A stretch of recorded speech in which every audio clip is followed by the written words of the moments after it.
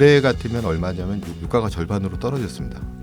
통상적으로 생각할 때 뭐 20% 정도의 비중을 차지하고 있는 유가가 절반으로 떨어지면 한 10% 정도 영업이익률이 개선될 수 있는 그런 요인이 되겠죠. 우리나라의 이제 제일 큰 H해운 같은 경우에 보면은 전체적으로 한 5조 정도의 코스트를 쓴다라고 하면 10% 정도 5천억 정도의 영업이익이 개선이 되는 효과가 유가의 인하로 인해 가지고 발생할 수 있다는 겁니다. 지금 해운 시황을 이해할 때는 딱 이 네 가지, 수요가 어떻게 변할 요인이 생겼는지, 공급이 어떻게 변할 요인이 생겼는지, 그 다음에 운임이 어떻게 변화를 하고 있는지, 그 다음에 연료비는 어떻게 변화를 하고 있는지, 이 네 가지 항목을 좀 이해를 하시면 해운 시황이 어떻게 가겠다, 그 다음에 해운 기업의 수지는 어떻게 되겠다, 쉽게 좀 이해를 하실 수 있지 않을까 생각이 듭니다.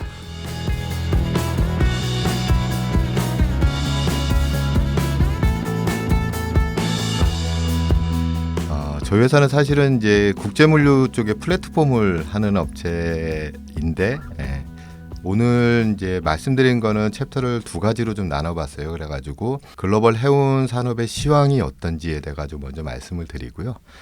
그럼 이후에는 어떻게 전망할 수가 있을까? 어려운 부분이죠. 이제 포캐스트를 한다는 것 자체는 되게 어려운 부분인데, 글로벌 해운 산업 시황에 대해서 올해는 이제 가장 크게 나타난 게 이제 코비드-19죠.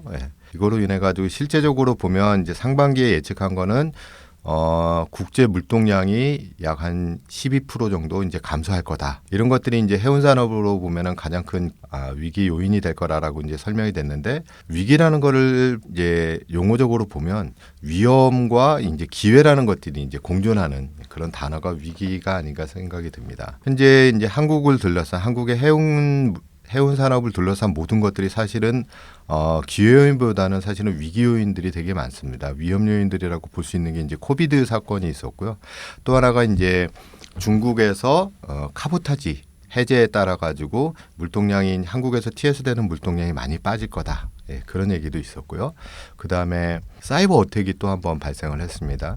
사이버 어택이 2017년에 머스크에서 발생을 하고, 그 다음에 이제 코스코에서 이제 두 번째 발생을 했다라고 하면, 올해 이제 MSC랑 CMA, CGM 이 회사가 또 사이버 어택을 당하면서 이제 큰 어려움을 좀 겪었는데, 해운 기업의 사이버 어택이 참 막기도 어렵고, 한번 발생하면 그 여파가 되게 큰 그런 형태로 나타나고 있습니다. 그 이유는 뭐냐면 아시는 것처럼 해운 기업들이 지금은 다들 얼라이언스를 운영을 하고 있어요. 그러다 보니까 자기 회사의 물량만이 아니라 이제 여러 선사의 물량을 가지고 있는 상태에서 사이버 어택을 당해가지고 이 데이터 자체를 공유하지는 못하는 그런 상황이 발생하면, 일단 기본적으로 본인들이 예약을 받지 못하고 핸들링하지 못하는 문제점도 발생하지만, 2차적으로 보면 그 데이터를 넘겨줘야 되는 연관 선사들, 같이 얼라이언스를 하고 있는 선사들한테도 문제가 발생을 하고요.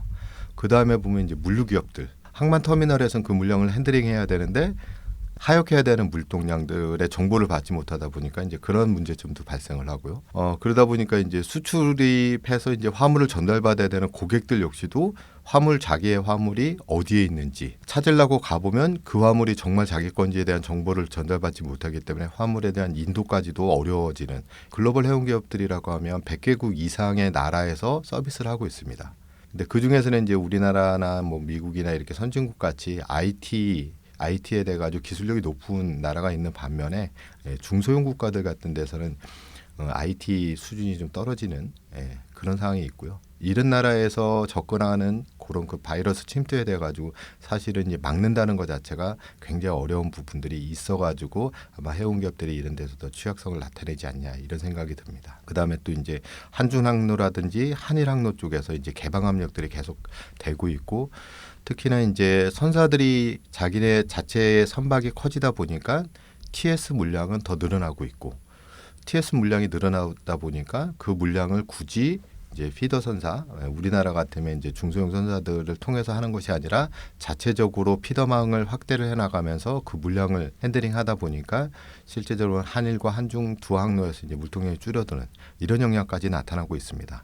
이런 모든 것들이 사실은 하나의 위험 요인이 되면서 한국 해운 기업들은 조금 더 어려운 그런 상황에 빠지고 있지 않나, 그렇게 생각이 듭니다. 해운 산업을 얘기를 하면 시황 얘기를 되게 많이 하는데, 시황을 하면 되게 어렵다는 반응들이 되게 많으세요. 그래가지고 시황을 이해하는 그 길라잡이로 제가 이제 말씀을 드리면 마틴 교수님이 얘기를 하신 것 중에 이제 해운 산업에 영향을 미치는 10가지의 주요 요인이라고 이제 정의가 돼 있는 그런 부분이 있습니다. 근데 보시면 딱 요게 파트로 나면 딱 두 파트로 나눠져요. 수요적인 요인, 공급적인 요인. 수요적인 요인으로 보면 세계 경제, 그다음에 해상 운송의 물품 교역량, 그다음에 평균 수송 거리, 운송 원가, 그다음에 정치적 사항, 정치 경제적 사항. 올해 뭐 코비드 같으면 정치 경제적 사항이라든지 세계 경제 쪽에 영향을 미치면서 수요가 떨어지는 그런 상황이 발생을 했죠. 그다음에 이제 공급적인 요인으로 보면 현재의 세계 선박의 보유량, 그다음에 신규 선박의 건조량, 그다음에 기존 선박의 해체나 멸실량, 그다음에 선단의 생산성, 그다음에 경영 환경 이런 것들이 이제 공급에 영향을 미치는 겁니다. 결국 뭐냐면 수요적으로 수요가 급증할 수 있는 요인들이 나타난다라고 하면 해운 시장은 사실은 운임이 반등할 수밖에 없고 공급이 만약에 반대로 공급이 증가하는 영향으로 나타난다고 하면 당연스럽게 운임은 떨어질 수밖에 없는 이 두 가지 중에 어느 쪽에 이제 드라이브가 되는 그것도 플러스 요인인지 마이너스 요인인지 나타난다라고 하면 그거에 따라 가지고 운임이라는 것이라든지 그 다음에 이제 선봉량이라든지 이런 거에서 어떻게 영향이 나타날 수 있는지에 대해 가지고 저희가 유추해서 해석을 할 수가 있을 것 같고요. 그거에 이제 추가해 가지고 두 가지가 더 있습니다. 하나는 프레이트, 하나는 또 벙커. 이 부분은 뭐냐면 해운 기업이 경영 성과가 어떻게 나타나냐에 이제 두 가지 요인들이 나타나고 있습니다. 그래서 아니 운임이 올라가는 건 이해를 하겠는데 그것이 운임이 올라가면 당연히 해운 기업들의 수질은 좋아지겠다라는 것 자체는 뭐 쉽게 이해가 가능하실 텐데 유가의 변화 자체가 큰 영향을 미칠까 이렇게 생각을 하시는 분들 되게 많으실 것 같아요. 근데 유가가 선사에서 유가가 차지하는 그 코스트 비중이 한 20% 정도 됩니다. 15%에서 20%.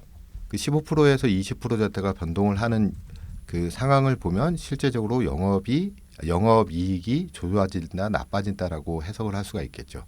그러면 나머지 뭐 80% 정도 되는 그 코스트에 대해서는 감안을 안 해도 되냐? 사실은 나머지 코스트는 변동폭이 크지를 않습니다. 80%가 되지만 예를 들면 화물 변동비, 그 다음에 뭐 선박 조달비.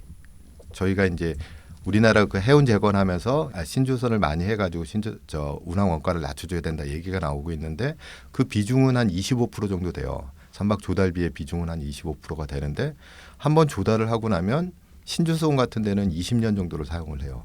그러다 보니까 그 선박 조달 비용 자체가 연간 단위로 가지고 굉장히 플렉츄에이션이 발생을 하지 않는다는 그런 내용이죠. 그러니까 연간 단위로 플렉츄에이션이 심하게 발생하는 거는 유가가 유일한 그런 항목이다라고 보시면 되고요. 올해 같으면 얼마냐면 유가가 뒤에도 이제 내용이 나오겠지만 유가가 절반으로 떨어졌습니다. 통상적으로 생각할 때 뭐 20% 정도의 비중을 차지하고 있는 유가가 절반으로 떨어지면 한 10% 정도의 영업이익률이 개선될 수 있는 그런 요인이 되겠죠. 우리나라의 이제 제일 큰 H 상선 같은 경우, H 해운 같은 경우에 보면은 전체적으로 한 5조 정도의 코스트를 쓴다라고 하면 10%니까 5천억 정도의 영업이익이 개선이 되는 효과가 유가의 인하로 인해 가지고 발생할 수 있다는 겁니다. 지금 해운 시황을 이해할 때는 딱 이 네 가지 수요가 어떻게 변할 요인이 생겼는지, 공급이 어떻게 변할 요인이 생겼는지, 그 다음에 운임이 어떻게 변화를 하고 있는지, 그 다음에 연료비는 어떻게 변화를 하고 있는지 이 네 가지 항목을 좀 이해를 하시면 해운 시황이 어떻게 가겠다, 그 다음에 해운 기업의 수지는 어떻게 되겠다 쉽게 좀 이해를 하실 수 있지 않을까 생각이 듭니다.